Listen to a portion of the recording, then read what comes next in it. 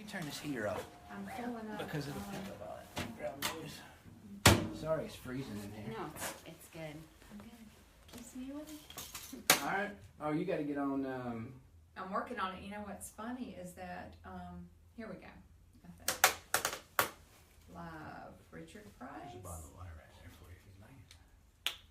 All right. I'm watching you guys, and Gay Diller's here. Hey, Gabe. All right, so here we go. With us this morning is Sarah Noonan, Community Program Director for Lydia's Legacy. Lydia's Legacy's mission is to raise awareness of gynecologic cancer through education and to fund gynecologic cancer. I keep feeling like I'm going to say that word wrong. You did beautiful. Gynecologic. To fund gynecologic cancer research through donations. Thank you for coming by this morning. I appreciate it. Thanks for having me. It's fun to be here. Sarah, you survived ovarian cancer yourself, and it's not something that I am real familiar with at all. I think in part because when it comes to women's cancers, breast cancer certainly has the spotlight. I think we all see the pink ribbons everywhere. Gay says it's sideways, and we are. It's sideways. Sideways. Oh, no. Oh, dear. Hang on, we'll fix the sideways problem. This is, Hold that thought.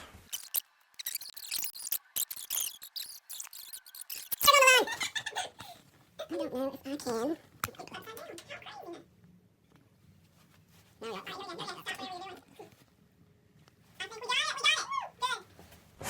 There we go. All right, now you got to scoot Now you up a get little bit. We're going to get cozy. cozy. That's right, where we can fit them here. You two get much closer. You actually can only see a slice of you and a small slice of Richard, and I'm like wide open clear. I know.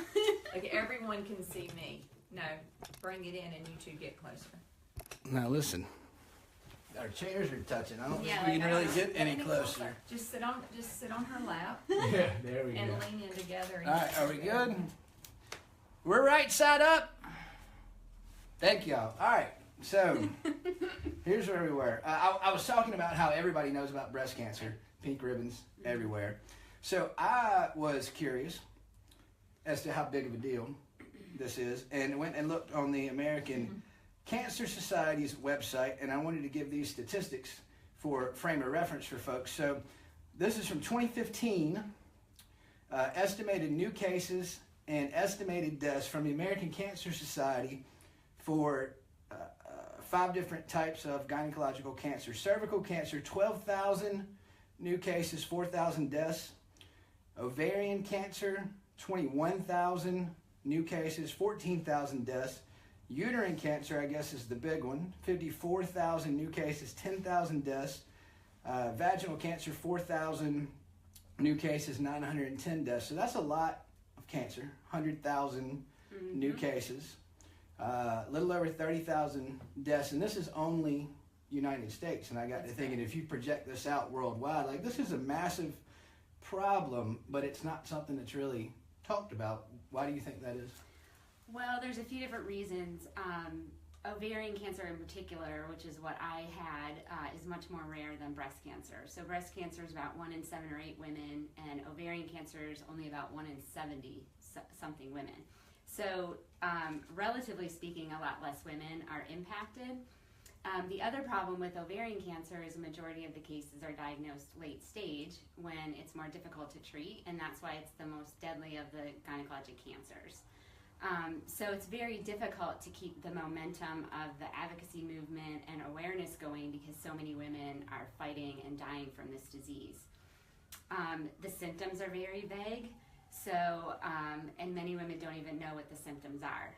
Years ago, people called this disease the silent killer, and through a lot of studies and surveys of survivors, they've determined that there are 4 primary symptoms of ovarian cancer, which unfortunately are not specific and they're quite vague. They're not gynecologic. So it is bloating, difficulty eating or feeling full quickly, urinary urgency or frequency, and then abdominal or pelvic pain. So they're all kind of like, even men might experience those. I was going to say, that's like, I went to the Mexican joint last night. Right, and that's how I felt, right. So the primary message we want to give to women is, first of all, know your body, know your baseline. so that you can recognize these changes as they occur. And we've all had bloating. We've all had, urinary problems from time to time. The main thing is that these problems persist and they're different. And over the course of a month, if they occur more than 12 days, then we encourage you to talk to your doctor. If your doctor's dismissing the symptoms, you have to be your own advocate, because many physicians don't know specifically what to do if this is the case. Really? So, yes. And I've heard hundreds and hundreds and hundreds of stories since I was diagnosed 13 years ago, and so many women were misdiagnosed for months and years, being referred to GI specialists, getting colonoscopies, finding nothing. And finally, when they were diagnosed, it was very widespread, unfortunately, stage 3 or 4. Late stage. Mm-hmm. You know what? I'm going to skip forward. Okay. I had a question. Yeah. Obviously, survivor of ovarian cancer. Will you tell us a little bit about that? Like, how did you find out? Well, take us back to the day you were diagnosed. Mm-hmm. Where were you? How did it? I can't imagine. Yeah. I cannot imagine. Yeah, I mean, it's crazy because 13 years ago sometimes seems like a lifetime, and sometimes it seems like yesterday. But I was fortunate to be diagnosed early stage 1C, and my story is very similar to many women diagnosed early stage, especially back then where it happened by accident. So for me, what brought me to the doctor initially was the inability to get pregnant. So I called my primary care doctor and said, we've been trying for 9 to 12 months, nothing's happening. And then I was having some really, really bad periods every other month. So I was doubled over in pain, really heavy bleeding, to the point I thought I might be miscarrying because we were trying to conceive. And so one thing led to another. She did a pelvic exam. She could tell there was an enlargement on my ovary, and she referred me to an OBGYN, and I had what's called a transvaginal ultrasound. So they basically take a probe up inside you so they can look directly at your ovaries. Your ovaries are so deep inside your abdomen, and that's why these symptoms are so vague and don't present until the cancer has spread. But for me, thankfully, this brought me to the doctor, and the ultrasound showed a mass on my right ovary. So we knew something was going on, but it wasn't clear that it was malignant. And for me, I had no risk factors. So I didn't have a family history of cancer. There was no early breast cancer or ovarian cancer in my family. I was healthy otherwise, no other problems. So my doctor thought, well, it's probably just a cyst, which is pretty common. So are you terrified at this point? Are you just not worried because of no having risk factors? At this point, my husband and I are sitting in the doctor's office, and my husband said, do you think this could be cancer? And the doctor said, no, I don't think so. And I don't fault him for that at all, because there was no reason to believe that it was cancer at that point. So we did kind of a watch and wait for a couple months, and then I started to develop some pelvic pain on the right side. That was more pronounced than it had been, and so the doctor scheduled laparoscopic surgery. He's like, let's just get this out of there, take care of it, and you guys can move on.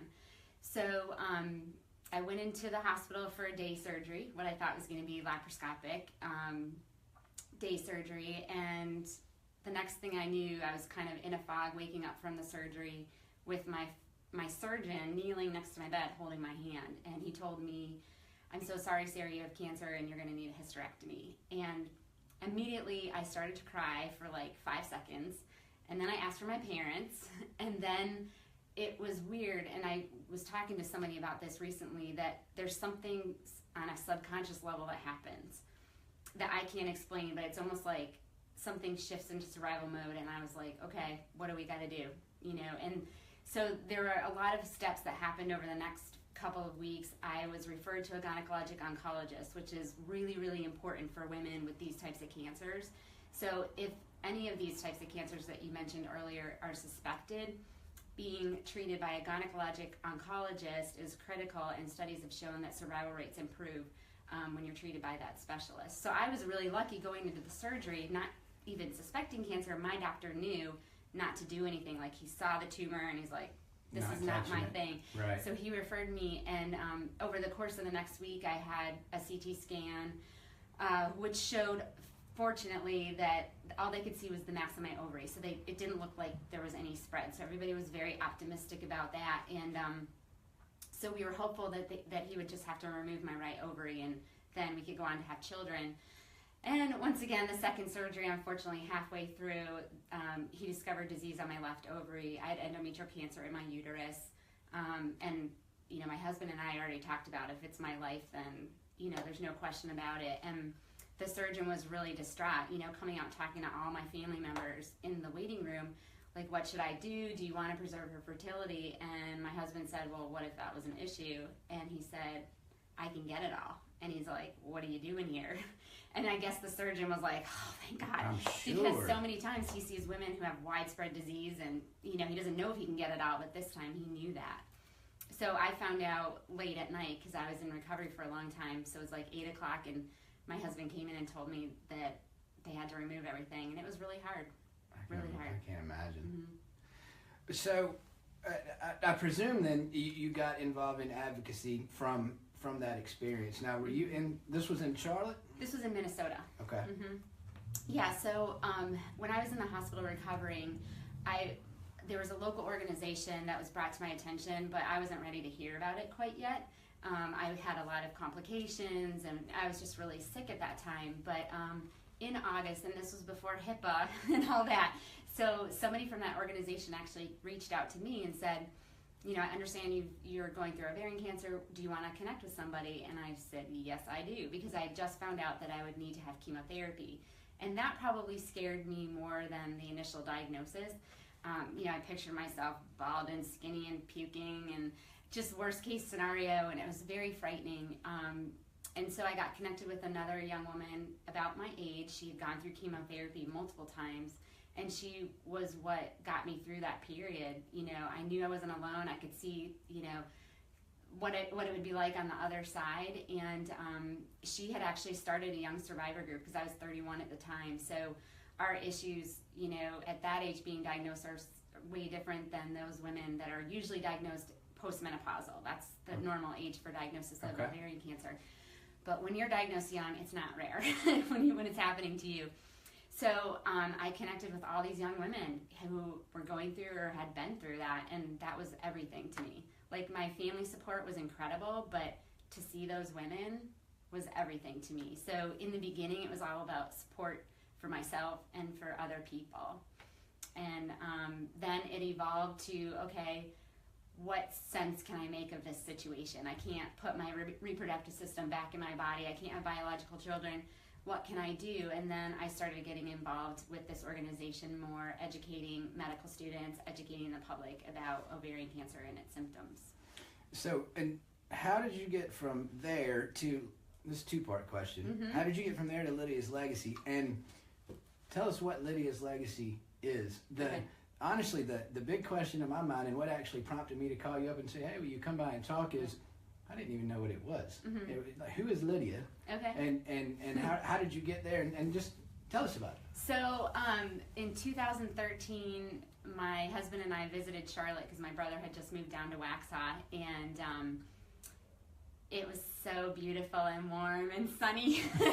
And you know, we don't have kids, and we just decided, like, we flew home to 20 degrees and we decided to move down here. So that's a very short version of a long story. So we got down here in 2013, and of course, you know, I was very connected in the advocacy world in Minnesota, so I wanted to find that connection here. It was soon after, like probably within that first year, that I got connected with a lot of advocates in a lot of different groups. At that time, Ovarian Cancer Coalition of Charlotte, Fighting Cancer Inc., Teal Diva, a lot of different groups that were doing a lot for advocacy. And I also met Karen Ross Johnson, who founded Lydia's Legacy. Lydia was her mom.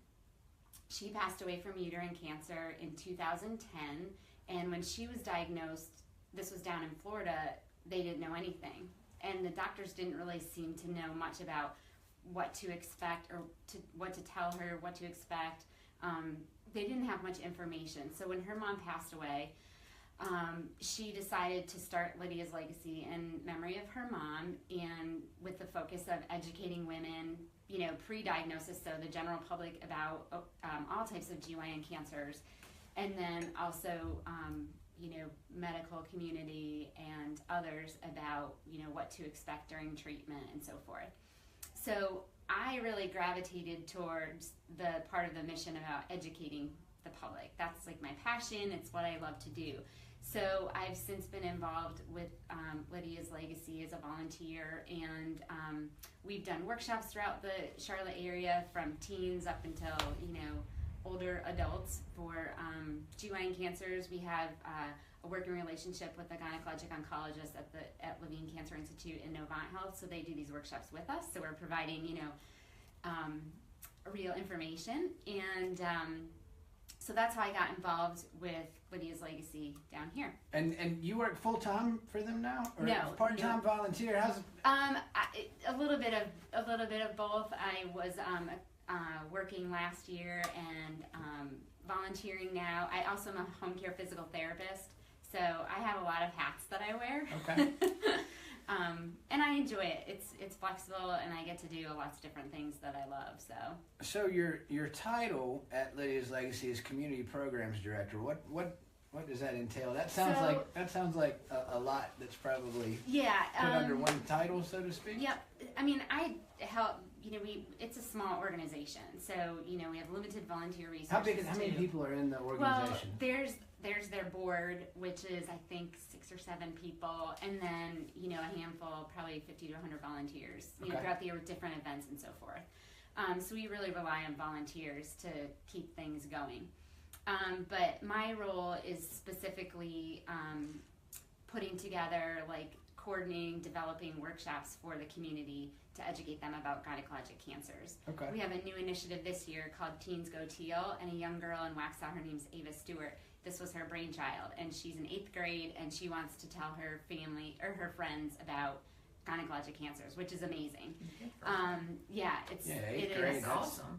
She is awesome, and her parents know Karen, the founder of Lydia's Legacy, so that's how that connection was made. But we just did a workshop and had a lot of teenagers there, and it's amazing. Like, they're sponges. They learn stuff. They begin to understand their bodies. And I will say, this is like the tradition of Lydia's Legacy, that every workshop we have, one of our main goals is to break the stigma of talking about your body and calling it what it is and not being ashamed of it. So before we get started with any workshop, we say, everybody repeat after me, vagina. And so everybody kind of has to say vagina. Well, so now's a good time to stop and do that. Y'all are getting all kinds of likes. This teenager that started this Teens Go Teal, likes. Yeah. Vagina. And Teens Go Teal. That's the key here. Y'all are getting the word out well. Are there men ever at these workshops? Occasionally, like at this Teens. Like, is it weird when there's a bunch of men sitting around going vagina, vagina, vagina? No. And it's funny because this Teens Go Teal one, and I said, everybody say it, and you can hear like a few moms say it, and it was very quiet. So finally I said, all right, everybody say elbow, and everybody screams, elbow! And so I was like, I need that volume again, and then they said it loudly and proudly, so, but her poor younger brother's like turning bright red. Oh, I'm sure. So that's going to tie into another question. I wanted to ask you about the Teal Tea Party, and the where that came from was, we know about you through the golf tournament out at Stonebridge every year. Yep. Do y'all do multiple events that are that? I gather that's a pretty big event, although I don't golf. So I've never actually been out there other than to drop some signs off. Yes, and we appreciate your sponsorship too. Yay, R.W. Price and Associates. Aside from that, what else do you do? And I found online this Teal Tea Party. Is that something that goes on every year? And what's that all about? Yeah, so our two primary fundraisers are the golf tournament and the tea party. We had done the tea party for 5 years. And that is it's at Byron South End for the last couple of years. It has been. And it's a big kind of high tea time. It's on Sunday afternoons. Women dress in teal and fancy hats, and men come in, suits or tuxedos, whatever they want. And it's a very casual kind of event. We do a silent auction. We have tea and refreshments, and then there's some sort of program like in 2013 and in 2015, we recognized each of those years a group of what we call Teal Gents, and that's our way of recognizing men in the community that support our cause, that have either given money or that have been championing awareness for these cancers because they've been affected personally, is typically how that has happened. And what's the deal with teal? Is that Okay, so is good there question. significance to that color? So now that you have your teal ribbon pin on, somebody might ask you that. See that? So We'll get y'all one of these if you want one.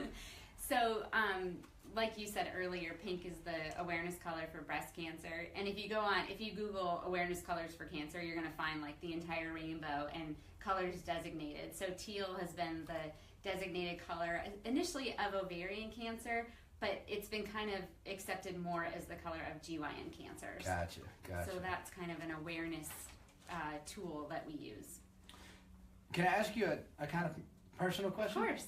So you had sent me briefly your story by way of introduction since we hadn't met, and in that email you talked about the burden of survivorship and how that transitioned into a privilege and ultimately a responsibility, and I was intrigued by that, and I wondered if you could talk a little bit more about that journey and what do you feel is the responsibility of survivorship? Yeah, that's a good question.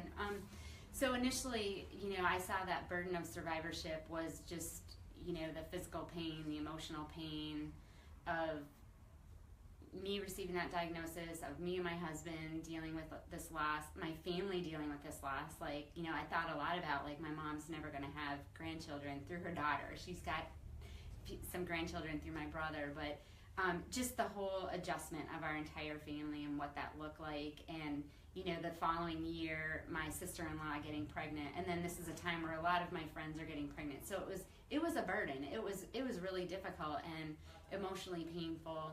But again, the connection I had with those survivors, like I can walk into that safe place and say, I'm really mad today. My friend just told me she was pregnant. And, I don't tell my friend that. I say, I'm so happy for you, but I can go to the safe place, get that emotion out, and, deal with it in a healthy way. Right. So then comes the privilege of survivorship because, after going through all that and going through some healing, I realized, like, wow, I'm diagnosed at an early stage, which is pretty rare, and I have an opportunity to live a different life and to, I got through my chemotherapy, and my doctor said, I don't think I'm ever going to have to, I saw him for 5 years after that, but he's like, I don't think you're ever going to have to deal with a recurrence, and I haven't in 13 years, and I'm so grateful for that. So there's that piece, and I'm grateful for it every day, of course. And then moving on to the responsibility of survivorship, to me, has been where my advocacy work has come in, because I've lost so many friends to this disease, to these diseases over the years. The first young woman that I met when I was first diagnosed, she passed away in 2007. And that's really difficult, but I feel like, the people that have passed away before me, the people, I've got a couple close friends now that are really struggling and really fighting, and this is my responsibility to advocate on their behalf and to educate on their behalf and to help make something good happen from these really hard situations. Yeah, that makes a lot of sense. I feel like I should say thank you, but it's never affected me. Personally, that was the last question that I had for you. Do we have questions from Facebook? Yeah, we have a few, and we've got some good statements. You've got to lean over and... Lean over. Lean over Let and me get my speak up. coffee out of the way. Yeah, don't spill the coffee on my desk now. It's clean for once. I you- cleaned it up for this event. Are you sure I can't be heard from where I was? The closer you get, the better. All right. So You can actually walk. Why don't you walk around here? You might get your headphones on the camera. Or just, what is it? What do you got? I'll repeat it just to be safe. okay. Angela begins with asking if the importance of genetic testing could be stressed, and she also has a question about artificial hormones. Okay. So is that something that you can speak to? Yes. I'm going to repeat that real Yeah. quick just to make sure it gets in this microphone. So Angela wanted to ask if we could talk about genetic testing and if you could speak to artificial hormones, I guess, as part of treatment. Okay. I don't know anything. Okay. So genetic testing, back when I was diagnosed, this was in 2003, they had recommended I go through genetic testing, even though I didn't have any sort of family history, because I was so young when I was diagnosed. And Now, I don't know when this changed, but now there's a recommendation that all women diagnosed with ovarian cancer are at least see a genetic counselor. So I do want to stress too the importance of seeing a genetic counselor before going to testing. It's critical that you understand your family history, and even though only about 10% of ovarian cancers are related to a known genetic mutation that's hereditary, it's still important because they're discovering new mutations all the time, and now my understanding is the genetic testing is different than it was when I was, so there's like a broad spectrum panel and they can test and retest as new discoveries are made. But yes, it's critical to know your family history because that might cue your doctor in to say, oh, we might want to, if you have a symptom and you have a family history. Right. So the counselor is really important in helping you work through that family tree, helping you understand what mutations might be there, and then what decisions will need to be made if a mutation is there. I'm sure a lot of your viewers have heard Angelina Jolie's story. I think she has the BRCA, I don't know if it's 1 or 2 mutations, so she decided... Joey probably knows. Do you know? If she I know has you love BRCA, Angelina Jolie. If it's I one or don't two, know I which, don't know. but it doesn't. I don't know that it matters. Yeah, there's a different In terms of- response to treatment. There's a different risk level, What she which I don't decided know to off the do. top of my head. But then she decided to have preventative surgery. But that decision, as you can imagine, is huge. Like deciding to remove your breast is an identity thing, and then deciding to remove your ovaries is huge in terms of like surgical menopause. Like there you are, right in it, and there's a lot of secondary effects to these types of decisions. If you test negative and you have family members that are positive, there's guilt. If you test positive and you have children, then it's like, when do you tell them and when do they get tested? So there's a lot of complexities around it, but absolutely critical to talk to a counselor about it, and it's very important with these types of cancers. Okay. With regards to the hormone replacement, I cannot speak intelligently to hormones. I know in my experience over the last 13 years in talking to women through my own personal experience that it's different for each woman. So depending on the type of cancer, depending on the physiology of the cancer, the cell type, depending on the doctor, depending on the woman, depending on her quality of life. So it's really important that the woman finds somebody that's knowledgeable about hormone replacement to speak to them about it. Okay. So We've got a private message, and one is any tips for early diagnosis, which you've already spoken quite a bit to. mm-hmm. Is there anything you might want to briefly add to that? They specifically said we have breast exams, Mm-hmm. mammograms, etc., but does any self-exam apply to these other types of cancers? Yeah, that's such a good question. So I'll kind of take it down the list. Cervical cancer, we know, is detected through pap smear. So it's really important that women get their pap smears as recommended by their physicians. I believe starting at age 21. Uterine cancer, there's really no screening tool. Again, it's symptoms that's really important to understand. The number one symptom of uterine cancer is abnormal bleeding. And any bleeding that happens after menopause is not normal. So absolutely, if you've already gone through menopause, you're having bleeding, go to see your doctor. Doesn't necessarily mean it's cancer, but it's really important to get that addressed. Ovarian cancer, no screening tool for that. So again, it's symptom awareness.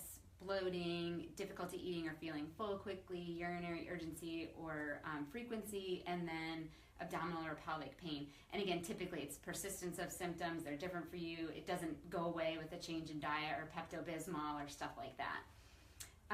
So in talking to your doctor about that. And then the vaginal and vulvar cancers are a little bit trickier and they're more rare. That could be also GI type symptoms like problems with bowel or bladder function. And then the vulvar cancers are like just looking at the outside of your skin and seeing if there are any changes, itching, all this stuff that nobody wants to talk about. Like, who wants to go to their doctor and say, I have an itch on my vagina? Yeah, I don't think so. So it's really important that, and I share this stuff when I do workshops because I'm trying to get people to be comfortable. Like, it is what it is, Right. And the sooner that you talk about this and detect it, they're very treatable when they're caught early. Something to add to something that just popped in my head is that we learned this when learning how to read x-rays, they put up 1 million normal x-rays because if you don't know what normal looks like, Right. Speak up. they all said that they can hear me just fine. Oh, good. Yeah, they said I'm good. If you don't know what normal looks like, you might not know what abnormal looks like. Right. So you kind of have to stay in tune with yourself. Absolutely. Would you agree with that? Absolutely. All right. I got a couple of really good comments here. Trisha says, a screening ultrasound would be good and easy. Unfortunately, insurance won't pay. That's her comment. Yeah, so that's a really good point to bring up because they've done a lot of studies with transvaginal ultrasounds, even in the high-risk population, so women who have first-degree relatives with ovarian cancer, who have a genetic mutation. Some of those women will go through screening because of their very high risk, but in the general population, they found that that's not an effective tool for screening, just the ultrasound. A lot of it because it doesn't reduce mortality rates in ovarian cancer, and it could result in false positives. So it's very complicated, and I can't really speak to all the details about it, but it's frustrating for we women, and the main thing we need is money for research. Right. Like, that's what we need to hopefully find an early detection tool. And our next comment is, we need more men in women's health advocacy. Too often they control the research money. So, Well, I mean, this is precisely why I've gotten involved in the groups that I have, and there are a lot of women, trying to raise that awareness, and that's one of the reasons why Lydia's Legacy has really tried to encourage and recognize men in our community that have really stepped up and supported us, whether they're, some of them are doctors that have helped with workshops. some of them are real estate brokers. Some of them are, yeah. And, some, like, we had a local guy, Travis Howard, he was, he's been helping us with a golf tournament. I mean, and he went all over the place and raised thousands of dollars for us over the last couple of years with our golf tournament. And it's really cool. Like, his wife is a little bit more, she does a lot more education, but he's like out there and, so good. So we just have to like harness this enthusiasm by different people, because everybody has strengths in different areas, and it's so cool to see that all happening. Sure. It's very cool. Like, my dad is the first one to talk to. He wears a teal ribbon all the time. He will corner somebody in the elevator and say, "Do you know the symptoms of ovarian cancer?" I mean, it's really cool, and people listen cool. because he's a guy. Right. They're like, "Wow, this must be important because a guy is telling me about ovaries." So Sure. Yeah, and it's not just important that we get more men involved in women's health advocacy, but that we make sure our daughters know how they control their future and how they can be the ones to start holding the dollars and do what needs to be done. I want to jump back in with a question that I actually missed. So the main thing y'all are trying to do is raise money to fund research. Is it safe to say there's not nearly enough money being put towards? absolutely. And so how far out of whack is it relative to the problem? Are we